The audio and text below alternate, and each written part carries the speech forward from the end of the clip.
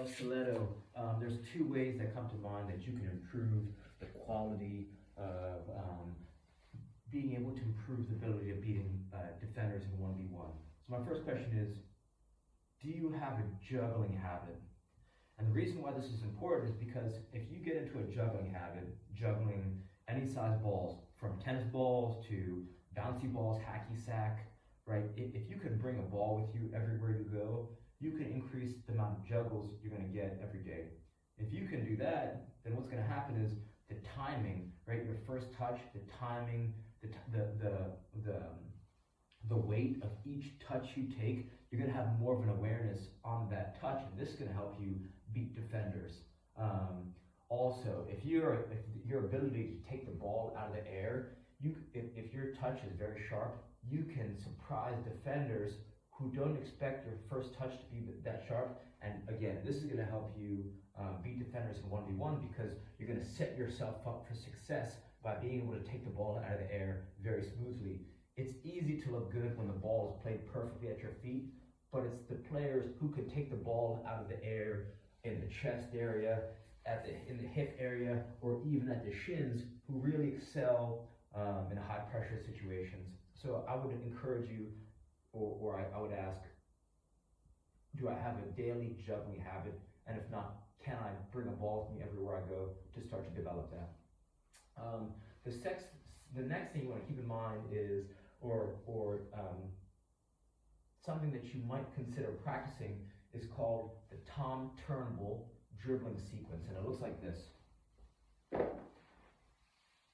It goes outside, outside, inside, outside, inside, outside, outside, inside, outside, inside. The reason why this is important is because, right, this is a dribbling sequence. And what dribbling sequences allow you to do is not think about dribbling. Because once you're in a game, you don't want to be wondering, what should I do? You should just be almost reacting, right? You see the pressure of a defender, and you want to be able to just dance around them. So what this is going to help you do is not think about dribbling. It's going to unlock your dribbling abilities, and you're going to have a much more fun time beating players in 1v1, because if your awareness with your feet is more than theirs, you can beat players in 3 different ways, right? You can beat them with speed, you can beat them with power, right? You kind of shield them off, and then you could roll off and then kind of run away, or you could beat them with skill. So this is going to help you beat them with skill, right? And that sounds like, and we could get into those other two, or maybe a combination of both, but this is really going to help you beat players in 1v1. It's just going to unlock your dribbling abilities and help you not think as much about it, and help you have more fun going right at their hearts.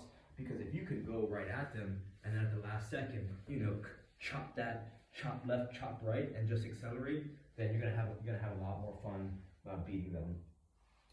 So that looks like this one more time, right? So my next question is, can I do the Tom Turnbull sequence 1 minute a day? Because getting into the habit is key, and then it's going to help you. Once you develop the habit of dribbling for a minute a day and maybe juggling, then you can increase volume and intensity, right? So it's outside, outside, inside, outside, inside, outside, outside, inside, outside, inside. The thing that I see with a lot of players who I've taught this is that they try and do it way too fast. They say slow is smooth, smooth is fast. Slow is smooth, smooth is fast. So you really just want to get into a nice rhythm, outside, outside, inside, outside, inside, breathing.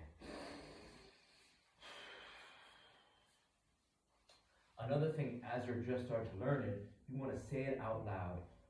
Saying it out loud will help you establish a mind-body connection and really solidify it within yourself, right? So it's in the beginning, outside, outside, inside, outside, inside, outside, outside, inside, outside, inside. Doesn't matter what size ball you use. You could literally use almost anything to do the sequence. You don't need a ball. You could do it with toilet paper. You could do it with, assuming that you're in a safe area. You don't want to kick a bowling ball or something, but or just have fun with it. Players ask, oh, should I do, where's my foot placement on the ball? Don't worry about that stuff. Just get into the rhythm, right? It could be high on the foot, low on the foot, just outside, outside, inside, outside, inside, outside, outside, inside, outside, inside, right? Nice and easy. In terms of beating players through power and beating players through speed, or a combination of all those three things, one thing that will really help, that's something that I wish I knew a long time ago, is using an RMT rope. And the reason why this thing is so powerful is because not only is it cheap as dirt, right? This rope cost me less than $10 from my local hardware store, or if you got a little bit of cash, you can order one online, but I think it's more fun to make them. And the reason why it translates into you having, being able to beat players more effectively is because it's gonna help you transfer your weight. It's gonna help you develop dynamic balance in different legs. There's a rhythm and timing aspect of this rope that's really gonna help you become more explosive and just more dangerous on the field. If you can start to just work this swing action, right? This thing is traveling the opposite direction of a jump rope, right? Most times you're jump roping, you go from the back to forward. If you start to learn the underhand swing, so the rope is traveling in that opposite direction, then you're gonna you're gonna create the ability to get into these positions and movements and just become more explosive, and that's gonna help you become more dangerous, especially off the dribble, right? So you go from slow, right? So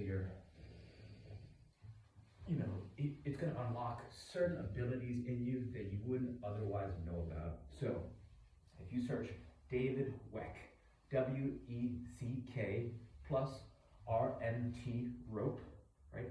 RMT rope. He's gonna tell you a lot more about it. This guy's a pioneer of rope flow and movement. He also invented the Bosu ball, if you're aware of that.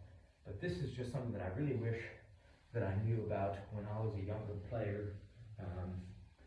Been playing for 27 years, and just in the past year and a half, this thing has completely changed my life. So I think this is going to help you become more explosive. It's going to help you develop strength and power off. You could start to, this is going to help improve not only your ability to beat players with power, but also with speed and acceleration. So hopefully this helps, and reach out with any questions. All right, thank you.